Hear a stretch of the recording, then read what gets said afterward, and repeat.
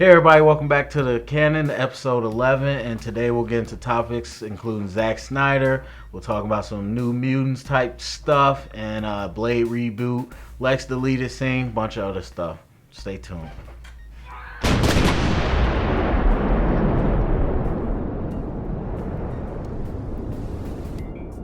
Alright, so for our first topic, Batman vs. Superman, of course, had its opening weekend. But not everybody was pleased with this movie. Me and Sal did our review somewhere in there. You click on it and watch that. Yes, we are on the side of we liked it, but not everybody was. With that being said, fans have took into the thing they love most, the internet, and started a petition against Zack Snyder. Now, two petitions were actually in place. One started in America, and it is to get Zack Snyder removed from the Justice League movie. Mm-hmm. And then one started overseas, and this was to get him removed from the DCU, period. The Justice League petition has got over 5,000 signatures, and the DC petition is at about 400 signatures. Just to throw out the numbers, Batman vs. Superman did make $166 million opening weekend. So Sal won that bet, but we'll talk about that later. And right now it's over 200 million in the US alone, and it's over 530 over worldwide. And it's set to have a really big second weekend. Rumor has it. We'll see, because that's the one everyone's looking for. But anyway, people want Zack gone. Sal, what do you think about that? This infuriates me. No, it's just annoying. Like 3-4 years ago, we didn't have a DCU extended universe, and now people are being freaking picky about what they want and who they want in and who they want out. It's annoying. It's like this guy gave you, Kevin Smith put it best, I think, when he had his review the other day. He said, there's a lot of things wrong with this movie. You can nitpick it if you want, or you can, dive all the way in. But he gave us so many things that we were looking for in comic books and in really anything. It's just, I can't even put it into words. This guy, I think he did fine. I know a lot of people, want to critique these movies. And it's not to say that something like a petition isn't going to get Warner Brothers' attention. It is. So I think moving forward, this is going to somehow, I think, inhibit Zack Snyder's creative control over his stuff. So I don't know. It's just stupid. It's not gonna do anything. They're not gonna let him leave, is what I'm saying. They put all their faith in him, and to take him out now, even though it's only been the first movie, is pretty dumb. I mean, one of the last points you made is what stuck out to me. As far as restricting his creative control, that's the key right there. While fans are asking for him to be removed, no one's going to do that based off a petition alone. I'm not saying it couldn't happen, but off a petition, no. This change.org stuff is it's funny. It's another internet tool people use to troll and just do, not always troll, but and to the fans' credit, the people that wrote it, they wrote out the description. It said Zack is he gave us this, he gave us that, he's really good at this visual part. And the basic argument of the petition was the DC fans deserve a movie that doesn't divide the fans. And I think that was a very powerful statement to say, no, he's not horrible, he ruined this. It's like he gave us a lot of great action, this and that, but his track record is divisive movies, and we deserve a movie that just everyone likes. Now, we know 100% people won't like every movie, but they're basically making, I think, a legitimate point. Is like Zack, if it was just one or two, but it's like every movie Zack makes. It's like they're always going to be split. And so they're saying they need someone with better direction that could make a movie, like I was saying, that is digestible for all fans, I guess is what they're asking. And I will say that I had a bit of an epiphany, not an epiphany, but, and I think I texted you or something, I told you. Yeah, you said you lost faith. I lost faith in the DCU. I'll admit it, and I think that's a longer conversation to have. I still like Batman vs. Superman, but it's a lot more to do with the behind the scenes, and it's starting to look like the behind the scenes is really worse off than we thought. And so at this point, you have the fanboys doing the war and everything and all this, but it's so much DC Marvel. Let's peel back those layers. It's a movie. We got to peel back the Marvel and DC title and look at the studios behind this. Disney and Warner Brothers. Look at their track records, not just characters and all that. Now let's talk about these studios. Warner Brothers not looking, in the best of shape as far as letting creators create what they want and being reactionary to fans' pleas. So, well, I mean, that's what happens, and that's on them. That's what happens when you want to jump right into things with Marvel. Marvel had their track record laid out since 2006. They had this, Iron Man planned out. So, of course, Marvel's going to look better, and, that's on DC. But, to me, this is what we have. This is the plan going forward, and I would like to stick with it. So, but like I said before, I never was okay with a director being a creative force. Yeah, like, you did too. Marvel has Kevin Feige, and even Josh Whedon, hot young director and everything, big fanboy, gave us Avengers 1 and 2. There was a lot of turmoil behind the scenes, not on the level of Fantastic Four. You talking about Marvel? There was. Yeah. So I'm forgetting the director for Josh Trank. It wasn't on that level, but it was a lot of clashing, and the stories, some that I've heard behind the scenes of that movie was crazy.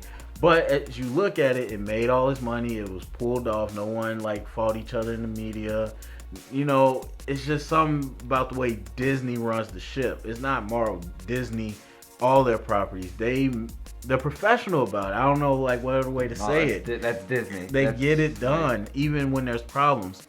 With this movie, now that fans are divided, you're hearing all this and that, and this is changing that, and it's just you don't get that with Disney. And so, like I said, not looking at whose characters are better, blah blah, looking at the studios backing them. And so, I'm not saying right now I want Zack to go, but I understand this petition right now, and that statement won me over. I'm like, yeah, we kind of do deserve a film that we could all, bro out to and hug out and say what a great movie. But Zack just, even though he's a fanboy, he's just more visual and more, on a different level, I think, than just the popcorn. Not saying that I want a see, I'm conflicted. I'm not saying I want a popcorn movie, but you want a mainstream. You got to do these characters right, and I think they just went in a different direction. But we'll talk more about Warner Brothers later. All right, so yeah, I know. So next up, we got Blade reboot. Yeah. Blade is getting a cinematic reboot. I'm sorry, froze for a bit, but basically a lot of fans have been talking about Netflix series and everything like that. And that's what kind of people thought it was headed, since it's more of an R-rated type property, and no one thought it'd be in the MCU because they haven't gone there. But we got shocked. Marvel did say they're going to go with a cinematic reboot, put them in the MCU. So, along with that news, they want to start shooting in the summer. So, that's a quick timeline. They want so this has been in development, and they're pushing. They're Warner Brothers. Maybe they'll screw up. Yeah. Well, no, this is Marvel. Yeah. I'm saying maybe they'll do a Warner Brothers. Okay. My bad. The timelines. Yeah. Sorry, you got me.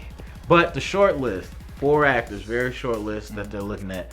Michael B. Jordan, Nate Parker, Elijah Kelly, and Amal Amin are the 4 actors that they're looking at to play Blade.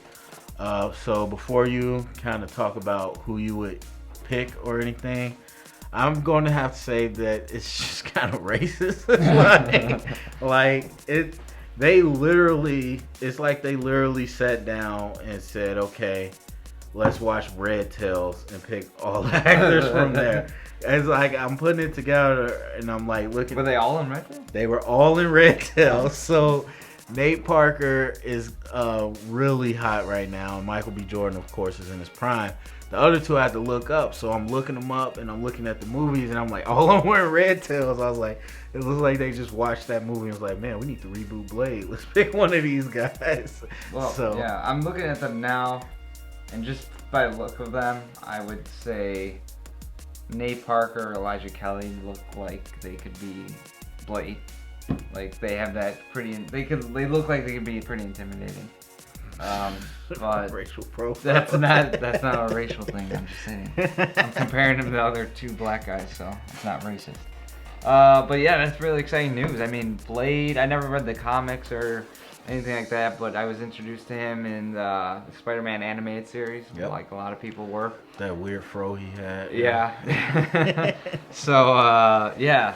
So I was introduced to him, and then when I got a little older, I watched the movies, and as bad as they are, I love them still. They were pretty.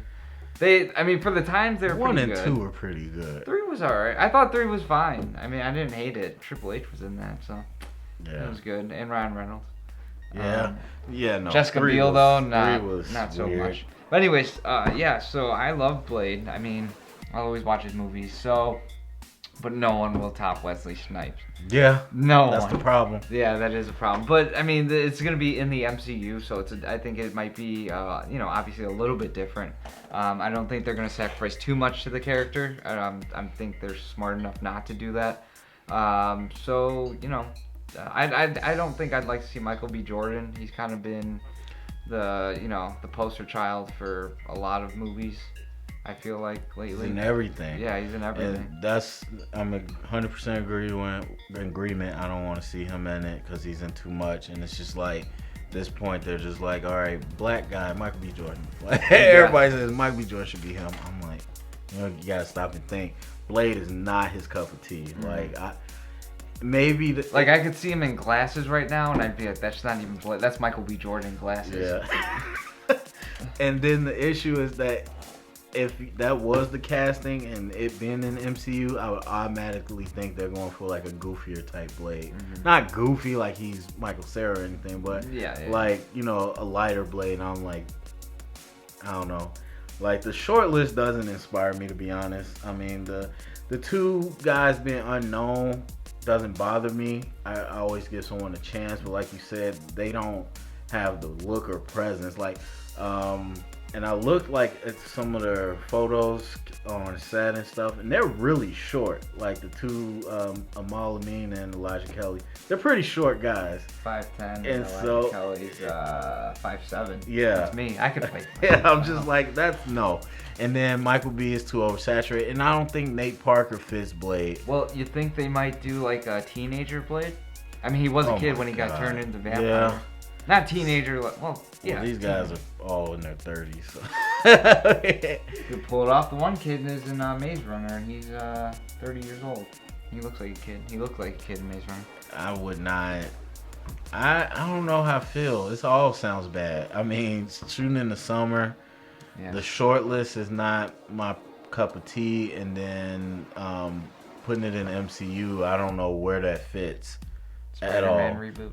I mean, the only way, that's not Marvel. Like, the only way it fits is if you do like a lighter version of Blade, because like, the most racist thing they could do is team him up with Black Panther. Oh, we have a guy named Blade in Wakanda. I'll go call him. Like, yeah, do that, MCU, and watch it crash and burn. But yeah, I don't know. What any other thoughts, or what would you like to see from a Blade movie? Would you like it to be a solo or a crossover, or what? Because I'm thinking it's got to be a crossover. I think they have to. Well, I was gonna say they have to establish this new Blade first, and then maybe cross him over, kind of like they did Ant-Man. They established him first, and now he's crossing over. True.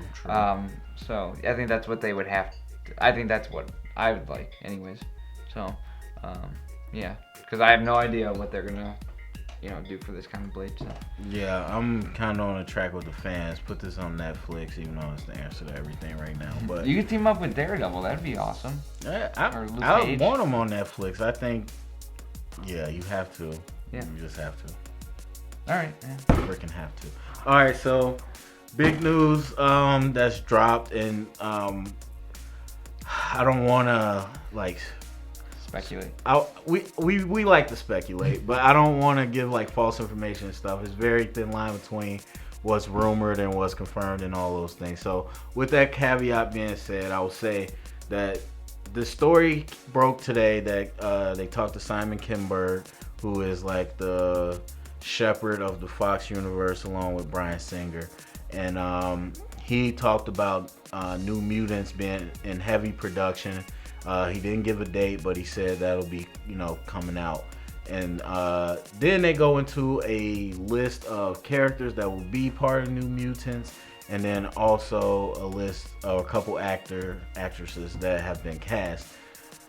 It's weird. Some reports had like all of it confirmed. Some of it had only part of it confirmed. So I'm gonna just say rumors right now. But New Mutants is happening. Not X-Force like we thought, even though we know Cable is coming. But Cable originated in New Mutants actually. And so anyway, this is basically what Kinberg did say, quoted, is that this is a way for them to have movies in the present because the current team is in the past. Yeah. And so, also with that, so the list we have is Wolfsbane, which is basically a teenage werewolf girl. Magique, which is the sister of Colossus. So she's a Russian person. Cannonball, who's a guy that can fly and gets like super momentum as he starts flying. Mirage, who is like a person that makes Mirage. Yeah, basically, but it's like a psychic power. A Sunspot, who was in Days of Future Past. Yeah, she could transport. Is that what? No, it was the guy that basically looked like the Human Torch. Oh yeah. But the way he's described is that he has the power. He can harness the power of the sun, which you would think would be more powerful against Sentinels. And then the interesting one is Storm, and Professor X, of course, is the leader. So right now, Macy Williams is cast as Wolfsbane. She's from Game of Thrones. Plays with the girl that plays Jean Grey, Sophie Turner. So they're sisters, I believe, in Game of Thrones, right? And then you have Anya Taylor-Joy, who's cast as Magique, and she's from the recent movie The Witch. Yeah. All right, so all that, what do you think? I think this is the smartest move Fox has made in a long time, besides the new X-Men movies. Those have been very good. Mm-hmm. But there hasn't been a better time to introduce new characters for Fox, because the X-Men, I don't know what you want to call it, the X-Men trilogy or the X-Men universe for Fox has been, it's getting stretched pretty thin. They're introducing new characters in Apocalypse, but even so, we don't know what they're doing after that. Maybe they are staying in the past. But this is this is a really smart move by Fox, just because you have DC and you have Marvel or Disney, who are showcasing all these top tier superheroes. And so what Fox is doing, they took Deadpool, who wasn't that top, not as top tier as a lot of them, did that, worked out great for them. Now they're going to do this, introduce fresher faces and actors.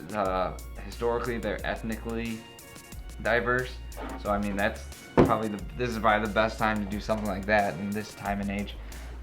So yeah, I'm 100% behind this. And then his name was Josh Boone. Yeah, Josh Boone. Josh Boone, director, has writer. been writing this for a couple years now, actually. Yeah. So, and he's also one of the front runners for the new Spider-Man reboot too. Sony and Disney are trying to get after him. So that's some pretty confident news, I think, in Josh Boone. So yeah, this is really exciting news for me. So I'm going to completely disagree with you. Okay. I think this is absolutely stupid. This was a problem that they had to address coming up, because I talked about timelines over and over. And so now, at least we know that they see the issue too. This is not a good answer to me. Like, I felt there was some way you could finagle this new cast into the present, and even then that would have been weird. But still, I'm like, okay, we get it. You have to reboot it. But This, like, New Mute, like, these characters sound dumb. Like, I'm sorry, Cannonball and a teenage werewolf. It's worked out since the 80s. I'm just, these characters, these aren't the ones we grew up with. And then Neither were Guardians of the Galaxy, but look at that. that was like one good movie. Like, I'm not a huge fan. I mean, Okay, but the box office says different. The yeah, popularity it was says a different. good movie. It was a good movie. No, I know it's a People good aren't movie, walking but around in Guardians of the it Galaxy had shirts. good characters too. But still, They weren't going up unknown. against anything. So, but we're talking about New Mutants that are going to be immediately compared to the other X-Men. Which brings me to my next point. You put Storm in it just to make the comparisons that much immediate. It's like, okay, there's Storm. Where's Cyclops? Where's Jean Grey? Where's this? Where's that? And so putting Storm in there, and you say, okay, this is our way to tell present day stories. Why are you putting one of the characters from the 80s then in it? Yeah. It makes no sense. And then Professor X, okay, he's fine. Of course, Professor X, he'll be there. But then it's like, where's Cyclops? Where's the other people? Like, this makes zero sense to me. What happens though, like if they made like a Teen Titans movie? Would you say the same thing? I'll be like, freaking make the movie. I don't think like you would it. say that. Well, no. So, like we talked about in our DC future, whatever we did. No, not the feature, but our future outlook. Oh yeah. I said I would prefer a Young Justice over a Teen Titans. But I mean that's the same thing though. It's not the Not main, it's re- not the main characters. They're side characters. Yeah, but Young Justice is popular right now, A, and then B, they're different. Like, they're not the same characters. They're just all spins. Well, all of them. None of these are the same side Storm. Yeah, but they suck. I didn't know that. Did you read any of the books or anything? They suck. I've seen. Okay, I can't take your word. I didn't read any of the books, so I can't attest to it. But I still can't say that they suck. Looking at the descriptions and the art of them, they look like they suck. How about that? Is that better? No, it's And not. I don't feel like I would feel engaged in a movie about these guys compared to the X-Men we all know and love. So I have to like, I don't like anything about this. I think it's weird. I just hope it's not Fantastic Four. Oh God. Then I'll agree with you. Yeah, hopefully not. All right, so we are going to go into a segment we like to call Keep It or Sweep It. First up, we have on the heels of Batman vs. Superman, our favorite topic, we had a deleted scene that got released. I wouldn't even say released, I would say leaked. No, Warner Brothers leaked. It came out on Playwire first, and that was, then it showed up on YouTube later that day from Warner Brothers. It came out. Okay, well, we had a video that came out of Lex Luthor's deleted scene that they call Communion. And Sal, you freaked out about it? Go ahead. I loved the scene. Like, just the scene alone was Hold on. Oh. Let me rewind, sorry. Spoiler? Do you keep or sweep? Oh. Literally, you think they should have kept it in the movie, or you like it swept to the DVD I think they should have set? kept it. Okay. It was 44 freaking seconds. Right. But this is my reasoning what I think they were going for. So I think they were going for it a little bit more ambiguous in terms of how did Luthor know that Darkseid, I'm guessing Darkseid was coming. You know, how did he get all this information? We know that he asked the scouter ship or the scout ship to tell him all the information. We knew that part. But I guess they wanted to keep it a little bit more ambiguous in terms of that. And that scene was awesome. And the SWAT team coming in, that was cool. I did not expect anything like that. Like, they went pretty far beyond anything else that they did in the movie besides the dream sequences. Mm-hmm. So just visually it was awesome. I don't know if so if you didn't see it, he's in the scout ship in like this pool of like look like water blood or something like that. And there's this big like monster that's rumored to be Darkseid's like kind of right-hand guy, Steppenwolf, or Thor Khan. The original, I think Darkseid's stepfather or father. Uncle. The original, I thought it was uncle, or maybe his uncle, but he's the original leader of Apocalypse. I'm pretty sure. Anyways, It's this big, like, and we'll show a picture, but this big, like, monster. And he has these mother boxes sort of, like, kind of orbiting him and stuff. And I don't know if that's an outside force or if it's just the Kryptonian, like, whatever those are called, like the digital beads. I don't know if it's that or if it's actually someone from another dimension. But anyways, it's awesome. And so obviously you see Luthor looking or talking to him or something, giving him communion. And it was just, I was just taken aback because it looks so cool. And so yeah, I thought they should have kept it in. I don't think it would have, you know, been bad for the movie at all. I mean, you put everything else in there, so why couldn't you put this 45 seconds in it? I'm sweeping it. I think it's fine on a DVD release or Blu-ray, whatever they call it these days. But I'm pretty sure like a lot of people before this movie even came out were like, yeah, you need to see the director's cut. So I think a lot of fans knew going into it that the best stuff, not the best, but a lot of good stuff like wasn't. the geek out stuff. Yeah. I struggle with this. It is visually nice. It is nice to see they went kind of geeky with it, but at the same time, most casual people are confused enough. I don't think putting this in would have really connected it too much for other fans. I think it would have had more questions than anything, unless it was accompanied by some follow-up or something. But well, I think they would have. I think it would have been clear after he has his little meltdown in the jail cell. A little bit, because even then, I think people were confused more then that he knew, because I don't know if everyone caught him saying, "Tell me everything," and like. Well, those people are idiots. I'm just joking. No, but I agree, and I think you could have missed a lot of things, but I just think putting that in would have confused more people. Just made more people mad. Just been because there's people just like, what is that? I mean, even the monster thing, like I don't expect people to know who the hell. I didn't even know who he was until I looked it up, to be honest. Exactly. So that, but I like, think it would have been better. How does that connect him to Darkseid more if people? Well, they didn't even know. They don't know who he's. They don't know who he's talking about in the jail cell either. So I think that would have. Yeah, they don't. But they would have thought him, Steppenwolf would have been the one that was coming. But I like the way they did it because I mean that would have confused you. Like that wouldn't have been smart. Like I think, like you said, making it ambiguous where it's just like. What about as long as you called that he got the knowledge from the archives and then he's talking about he's coming. It could be Brainiac, it could be Darkseid, it could be Mary Poppins. It doesn't matter. Like you know. Why he knows this person is coming. Who's coming is not important right now. You don't have to know as a fan because they'll show you later. So, okay, so now I'm thinking about it. I don't think it would have done any worse or any better. I think it would have been the same for people. They would have known he talked to someone or that person showed him something or talked to him, and that's how he knew someone was coming. I think it would have been the exact same.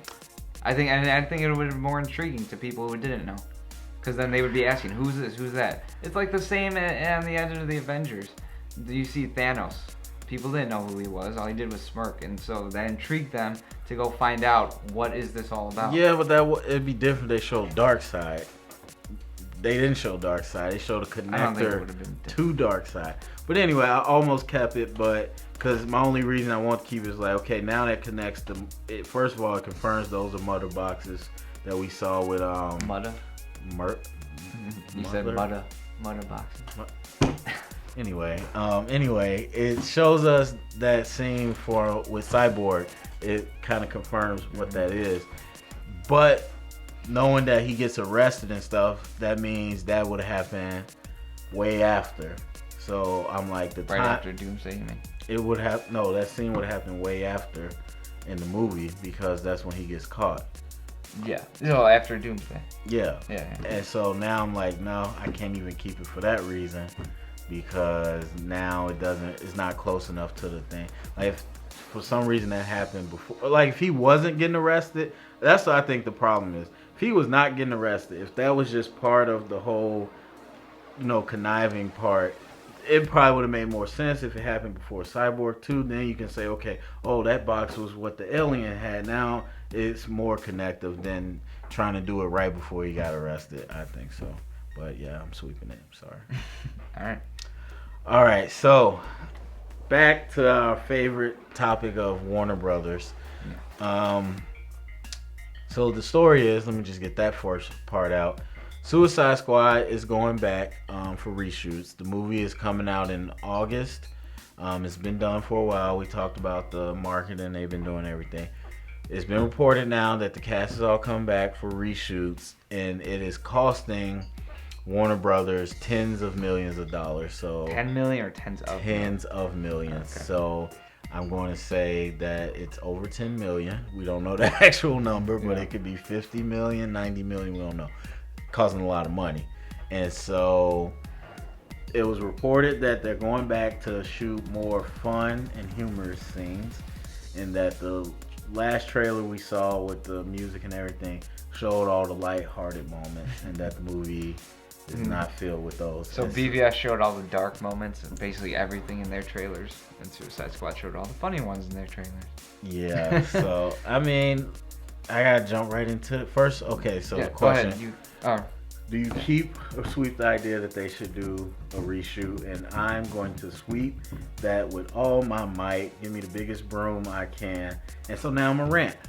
This is what I'm talking about when I say I lost faith. They are, and this is 100% confirmation. They are losing their crap over what's going on with Batman vs Superman. And you talking about keeping Snyder, sticking to their guns, seeing it through. First of all, that's not Warner Brothers' MO. They don't usually do that. Secondly, I would agree with you until the stuff like this is happening. That's not what they're doing. They're already like for the exact reasons that they feel Batman vs Superman didn't work.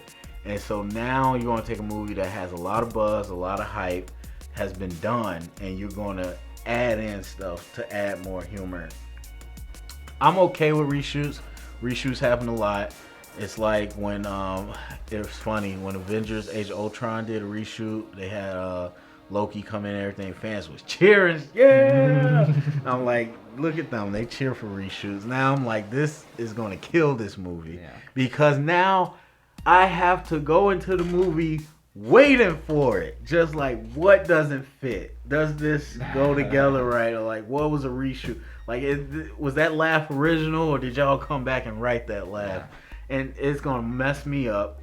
But then the bigger picture is Warner Brothers is reacting again. And if the movie was not funny and light, then it's not funny and light. You can't go back and add that into it. Again, I think this was their answer to something like Guardians of the Galaxy. I think that's what they're comparing it to. But it's not Guardians of the Galaxy. It's not. Yeah, I agree with problem. You.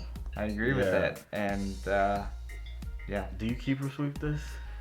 I don't know. That's tough for me just because I don't know. It's just I would probably. I don't know. Freaking pick one, Sal. That's a lot to think about. I would probably keep it. So I'm keeping that they should reshoot. That's really? What I'm saying. Why? I don't know.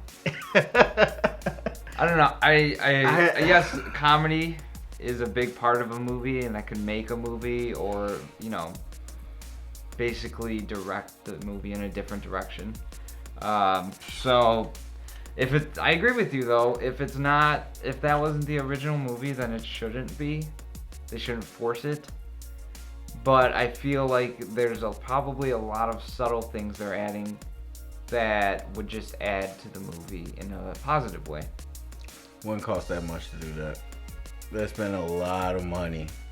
And so reshoots are written into the actor's contract. So like whenever the movie's done. So I'm not saying subtle like small little scenes. I'm just saying like. Well, no, I'm saying so. For people that are speculating, it's cost so much because they got to pay for this. They don't have to pay the actors to come back for all this. It's already part of their contract. So if it's costing this much money, I don't think it's subtle. I don't even want to, like, I haven't been thinking about this stuff after BBS because just so much crap is up in the air right now. Yeah. So it's just, and by the way, while we're on DC, we gotta stop giving these interviews with Snyder and everyone else from Warner Brothers. There's so much. There's so much. I don't want to know anything They're else. doing damage control. They have to.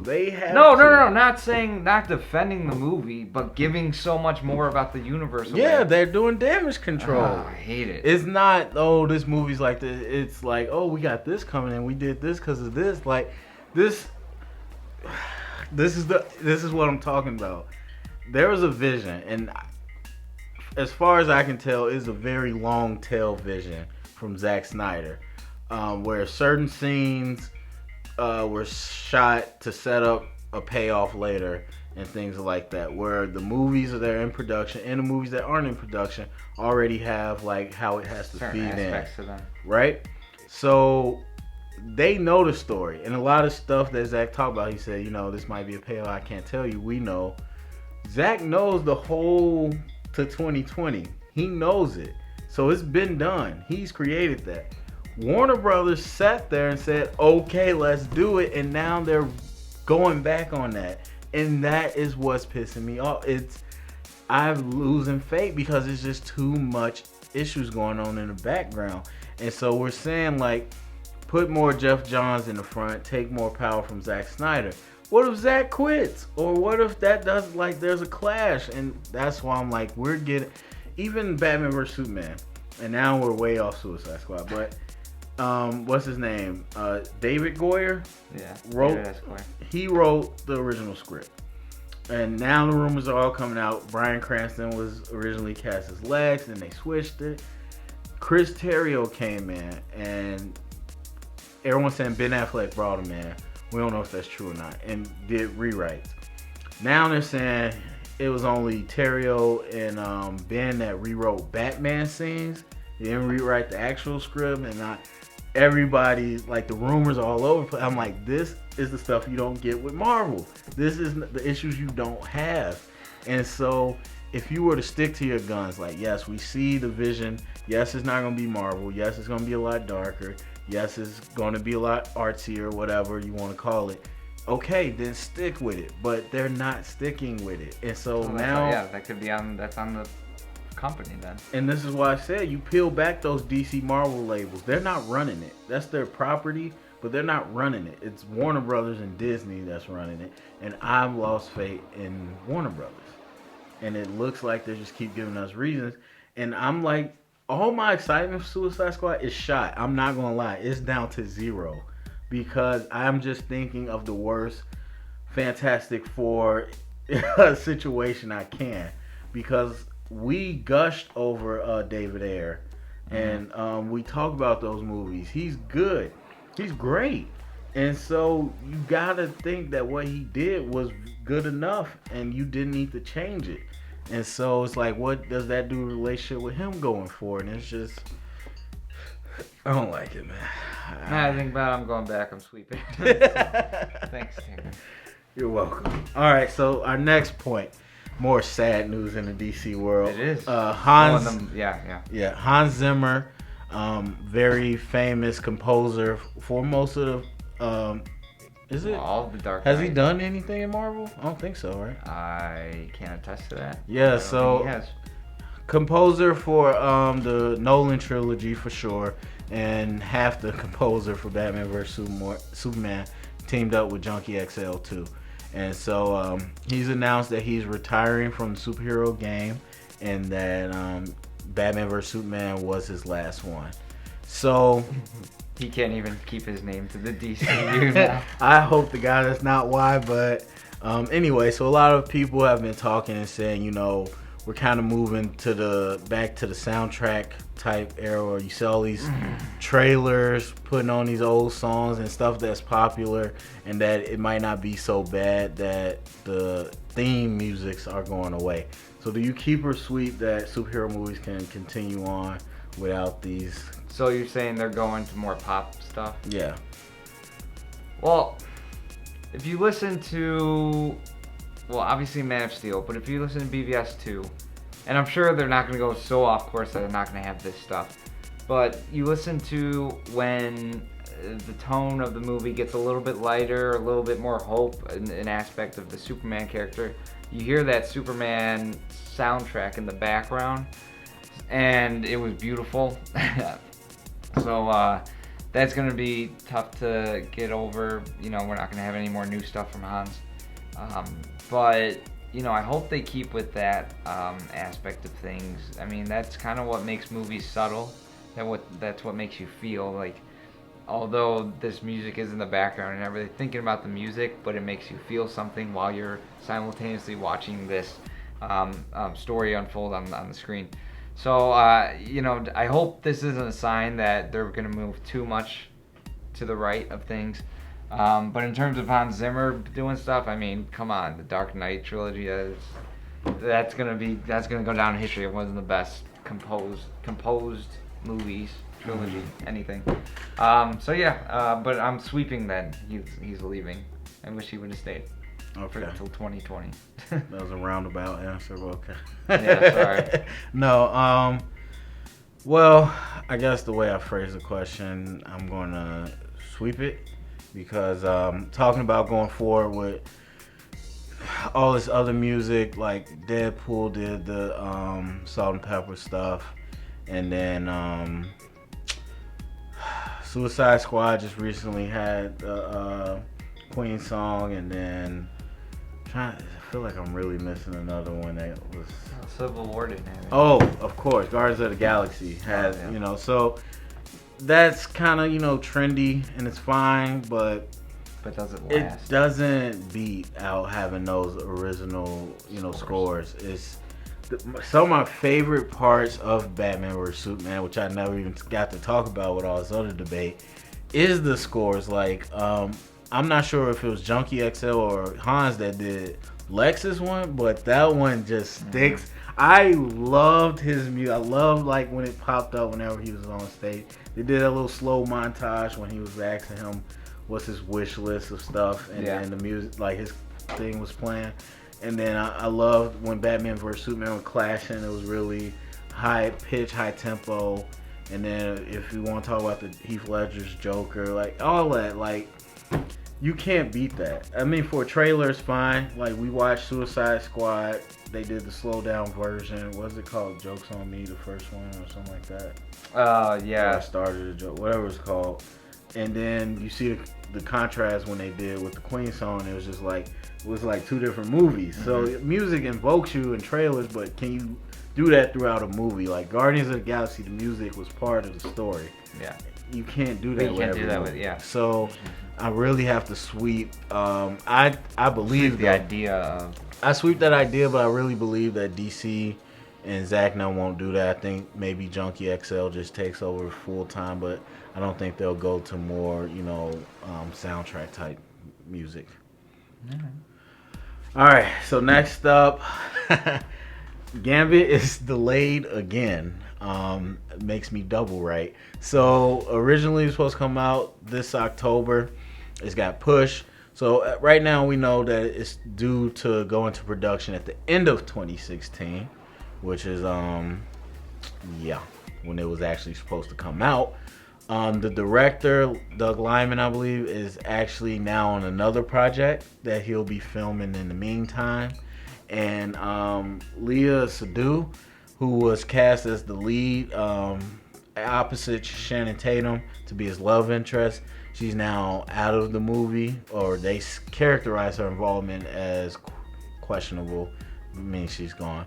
And also one of the producers that is producing with Channing Tatum, he is now helping Doug Liman rewrite the script. So basically, the story is the script's a mess. They're rewriting the whole thing, and they're starting casting from the ground, is what they said, even though it was only 2 people casted. So, Sal, do you keep or sweep that this movie is ever going to happen?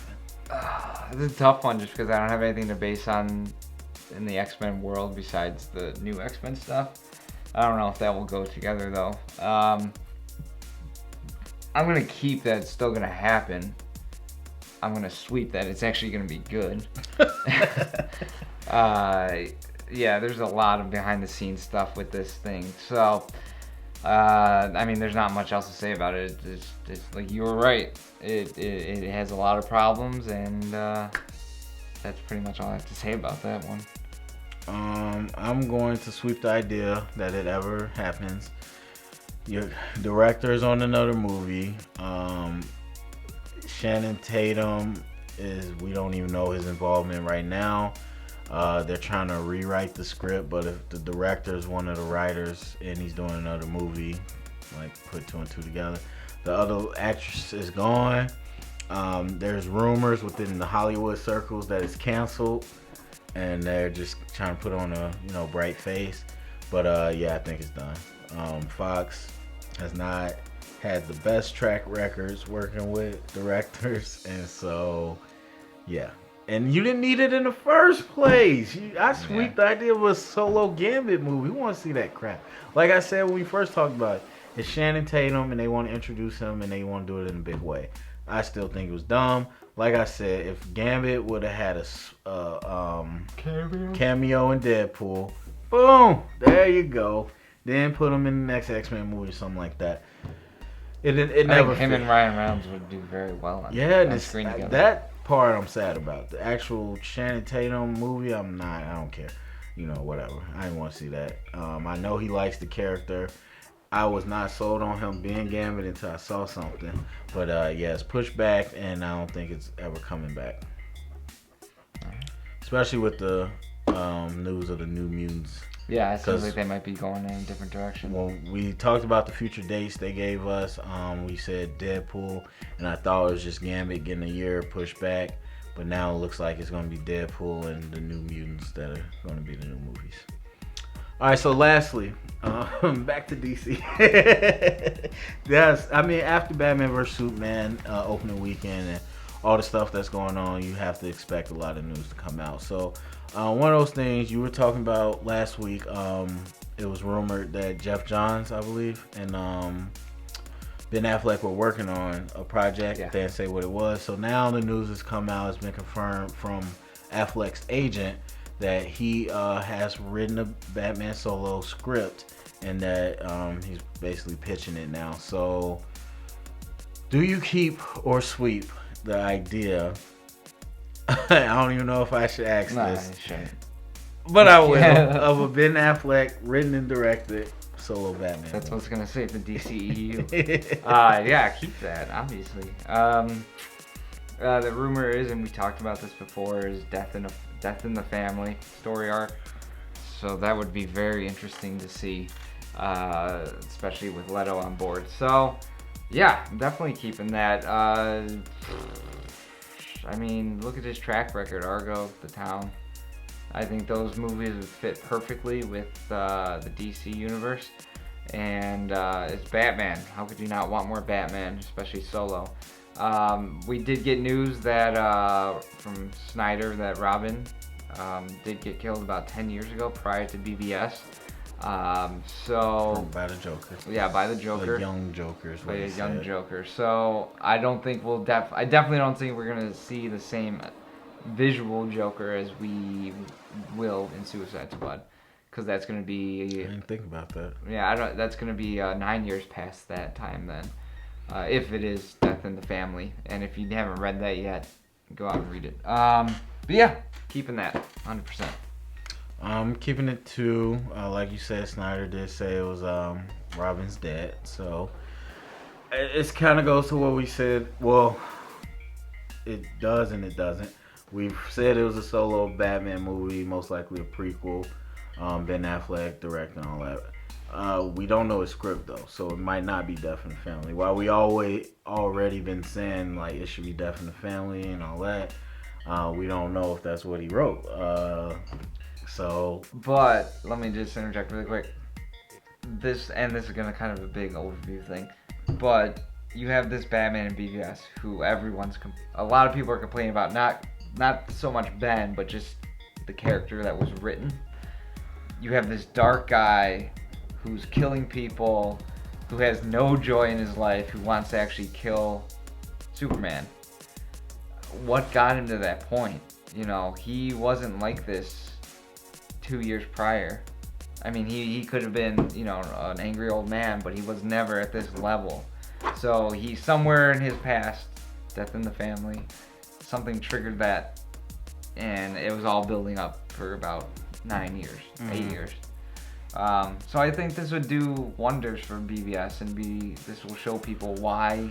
Yeah, if I it agree. is, if it is, that's I right. agree. Yeah, I just didn't want to get people confused with, you know, our speculation and what's confirmed. All this confirms that he wrote a script. We don't know what it's actually about, but we both agree it should be a Death in the Family or a prequel at whatever. I don't care what it is really, but it shouldn't be following BVS. So, all right.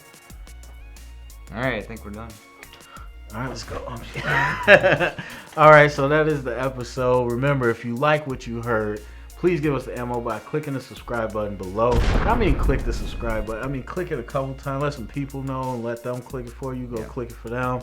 Like, we got people that like the stuff. Please subscribe to it so we can make big bucks. I'm just kidding. But anyway, I'd like to introduce. Well, big bucks means more prizes. Yeah. Prizes that will actually be worth a little bit more money than what the other ones are. Prizes. All right, so I like to thank my partner Sal. Sal, where can people find us? Yeah, so you can find us on Twitter at The Canon Vlog, or on Facebook, facebook.com/The Canon. I'm your host Terry. Remember, if you heard it here today, it is canon. You know, The Rock's like 6'5". I'm not too worried about looks right now. We'll see. Yeah, that's. Oh shit. God darn it! Did it die? Yeah.